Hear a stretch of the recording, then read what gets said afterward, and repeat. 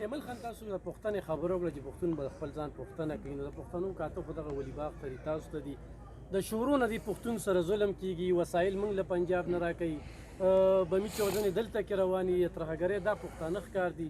هماغه د 12 اګست کیسه د 1948 نن چې کوم دي پښتون څه بدلون پکې رانه لفخان رور بالکل په پښتنو کې داسې پښتانه شته چې هغې هر وخت ولي باغ ته ګوري، خو بدقسمتۍ نه پښتنو کې داسې پښتانه شته چې هغې ټول عمر ولي باغ پسې خبرې کړې دي. دا ما به وایي دا برګر دي، د هغه ټوله نه لوی مسله څه ده؟ جیل کې ماشي دي. نو چې په ګرمۍ کې ماشي ني، نو لکه تاسو سوچ وکړئ چې یو سړی ماشو ته د ټینګې نه دی، نو دی به درله څه تحریک وکړي او دی به درله څه ازادي وکړي. میں اس وقت प्रेस के तमाम अपने भाइयों का मशकूर हूँ,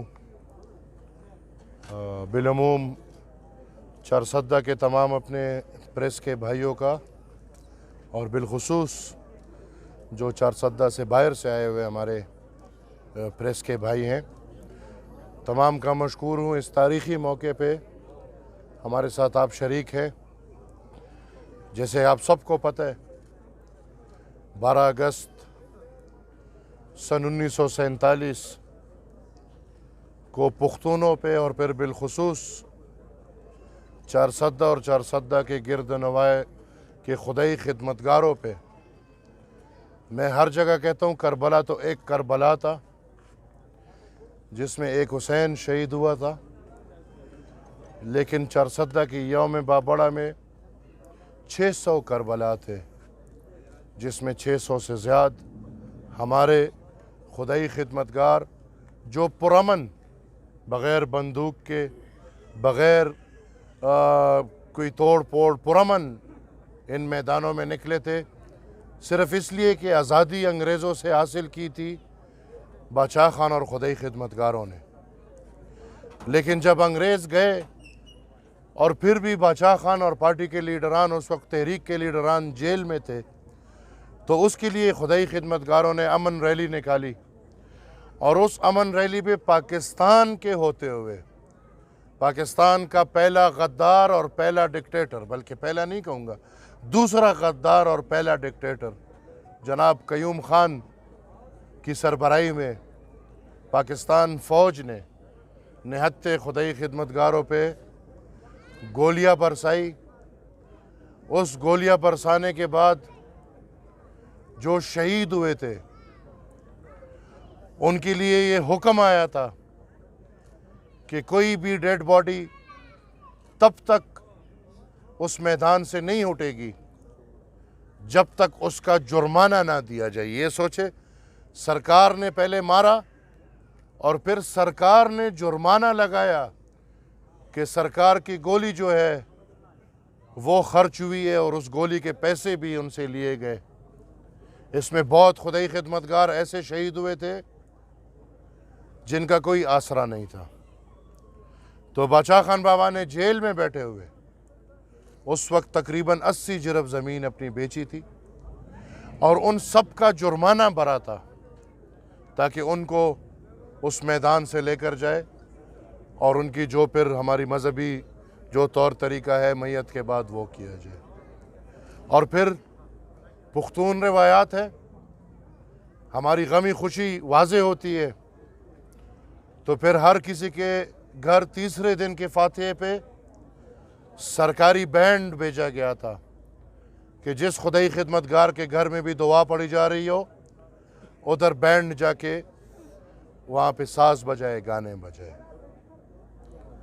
बहुत अफसोसनाक वाक़या है,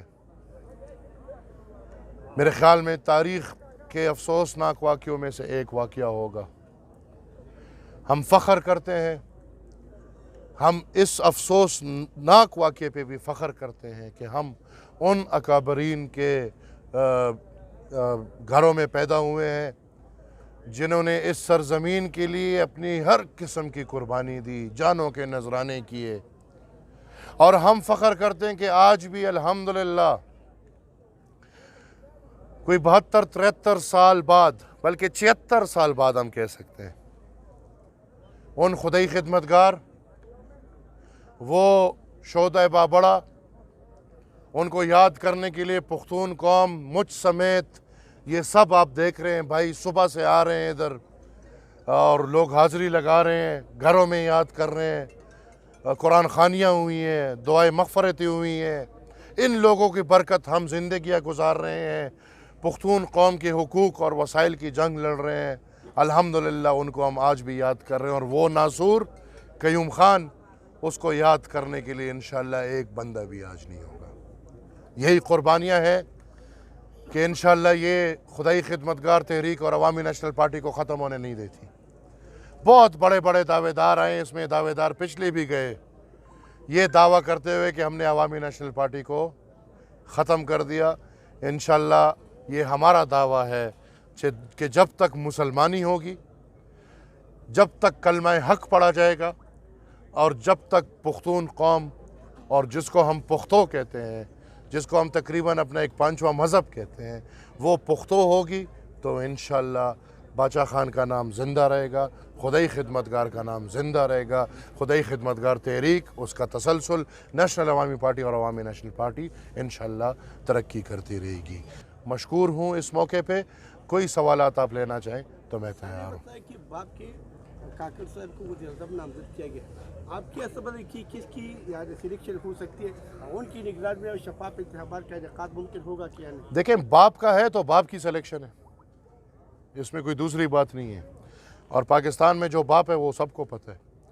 तो बाप का बंदा बाप ने सेलेक्ट कर लिया, वो बेचारा जो अपोजिशन लीडर है वो भी कुछ नहीं कर सकेगा, वज़ीर आज़म भी कुछ नहीं कर सकेगा। और मैंने आपको कल भी इंटरव्यू में ये बात की थी कि पिछले इलेक्शन में 2018 के इलेक्शन में जो वज़ीर आज़म बैठा था, उनसे अच्छा वज़ीर आज़म हमें नहीं मिल सकता, लेकिन फिर भी वो इलेक्शन को मैनिपुलेट और सबोटाज करने में कामयाब, रोकने में कामयाब नहीं हो पाया। लिहाजा ये इंटरम वज़ीर आज़म एक मोहरा है, और जो असल लोग हैं उनकी तरफ हमारी ये गुजारिश होगी कि आने वाले इंतखाबात फ्री एंड फेयर होने चाहिए। सर ये बताइए कि अब हल्काबंदी होगी, जो इंतखाबात होगी फरवरी तक जाएंगे, मार्च में सीनेट के इंतखाबात होगी, अगर ये इंतखाबात बवक्त हुई तो कोई नया आइन बहरान नहीं पैदा होगा? पाकिस्तान देखे जी कितने अरसे से एक आइनी बहरान पे चल रहा है, और मैं अगर हम इसको देखें तो 2018 से तो बिल्कुल ये आइन वेंटिलेटर पे पड़ा हुआ है और पाकिस्तान आइनी बहरान से चल रहा है। तो तवक्को किसी चीज़ की भी की जाए, यहाँ पे आइन की परवाह मुझे और आपको है। जो वो लोग हैं वो तो हमेशा कहते हैं कि आइन एक कागज़ का टुकड़ा है और उसको हम रद्दी की टोकरी में फेंक देते हैं।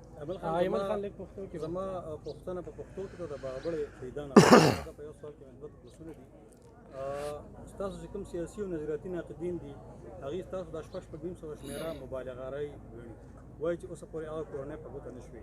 یو دا، بل دا تاسو تېر کال د کیس تر یو کنټرول خبره کړې وه، هغې باندې څه जी इंशाअल्लाह ज़बर दोیم सवाल अवल जवाब درکم. ما خو درته ویلو چې کله موږ په یو داسې پوزیشن کې راشو چې موږ د خپل دغه تپوس کولی شو، موږ به کیس رو اوپن کوو، او انشاءالله دا وخت را روان انتخابات دي، دا نه چې تش په دې وجه خو زه چې کم رجحان اینم د پښتون قوم چې کم رجحان دی دې وخت کې، او انشاءالله زه دا مستقبل اینم چې عوامي نیشنل پارټي د شهیدانو تپوس کوو، او نور چې څوک په دې مبالغه کې دي چې د بابړې شهیدان دونه دي یا دونه نه دي، هغه نور په ګوته نه پټېږي. راشه دا بابړه ده، دا پړانګې دي، دا 400 ده، تاسو ته بار څه ښکاره شي. 1948 کې هغه وخت پښتانه په هدف وو.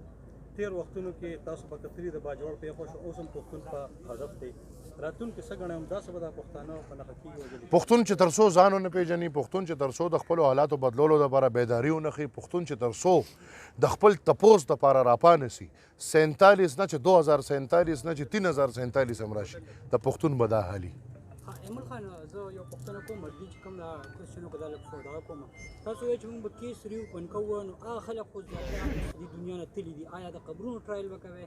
سزاګانې به هغوی ته څنګه ورکوئ چې د هغې زمونږ د کیس د ریوپن کولو مقصد چرې هم دا نه دی چې موږ د سزا ورکړو، بلکې زمونږ د کیس د ریوپن کولو مقصد دا دی چې قوم ته، دنیا ته او د هر چا ته د واضح شي چې څوک په حق او څوک په ناحق.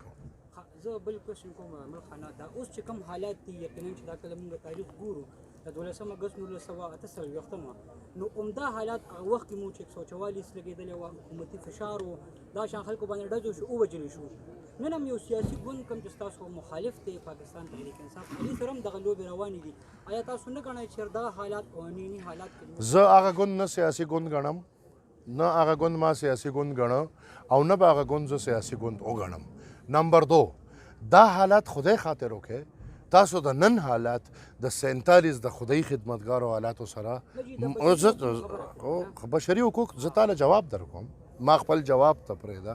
بشري حقوق دا دي چې تا دلته یو قانون شته، ته په دې کور ورتلی شي توړ پوړ کولی شي، که نه ته په دې کور نشي ورتلی او توړ پوړ نشي کولی، نو که ته توړ پوړ کې بیا چې څه قانون دی به پته لګي. بیا دا نه ده چې بیا به ته په بشري حقوقو کې دننه پټېږي یا به په بله جامه کې پټېږي یا به ته ځان مظلم ښې.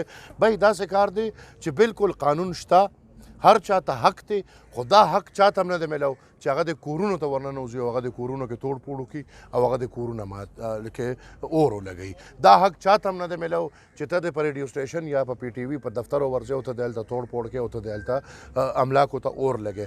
که ته دا لوبه کې نو که بیا ته له دې نه مبرئ بیا خو ته طالب یې، دهشتګرد دی. الریډي موږ یو فورس اینو چې هغه هر څه کوي خو د قانون نه مبرا دی.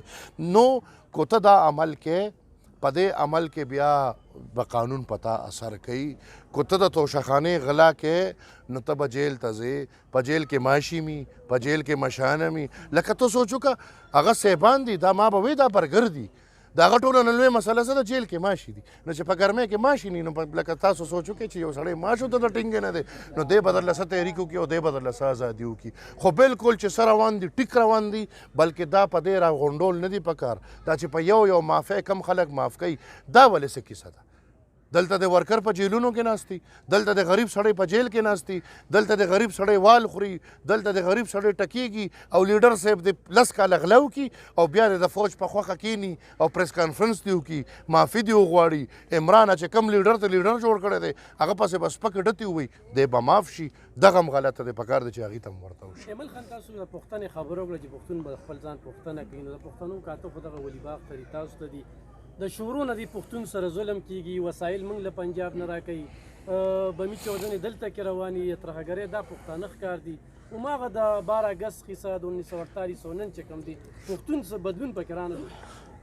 الف خان رور بالکل په پښتنو کې داسې پښتانه شته چې هغې هر وخت ولیباغ ته ګوري، خو بدقسمتۍ نه پښتنو کې داسې پښتانه شته چې هغې ټول عمر ولیباغ پسې خبرې کړې دي. ولیباغ یې په خپله په نورو پراپګنډو ور اچولی دی، هغه نن نه، هغه د 100 کالو نه را روان دی. نو دا پښتون چې زه درته وایم پښتون کې ټیک شوه ما سره ولاړ دي پښتانه 10 لکه 15 لکه به 20 لکه به، خو دا نور پښتانه چې دا ځان نه شمکوران جوړ کړي دي او دا په یو بل خطا دي. زما غرض دا دی چې پښتون به اول د باچا خان بابا خبره ده، دی به اول اتفاق کوي په دې خبره چې خپل تپوس وکړو. ما دپاره د اتفاق ونه کړي، خو چې دې اتفاق په دې خبرو کې چې خپل تپوس وکړو نو بیا به د دې ګټئ. نور رور ته د شیرپو وې، په شیرپو کې نن زه وایم چې راځئ خپل تپوس کو، څو کسان به راوځي. حقیقت چې کم دی تلخ دی او هغې ته به ګورو. زما خبره د دغې حقیقت په بنیاد موجوده حالاتو کې د انتخاباتو په څه نظر وي چې وکړي چې وبني چې صبح د شدګي شکار د بل وخت وګورو د سنسس د کم ایشو چې دا د انتخاباتو ډیلینګ ټینګ تشلیږي. جناب اوس دوه قسمه خبره ده. نمبر 1 زما څه خوښه ده، د عوامي نشنل پارټۍ څخه خوښه ده، زمونږ دا خوښه ده چې فوراً د پایني طور چې کوم مدت دی په هغې کې دننه دی فري اینډ فیر الیکشن وشي. ریاست څه کوي؟ الیکشن لا فی الحال ښکاري نه، الله دې خیر کوي. مهرباني.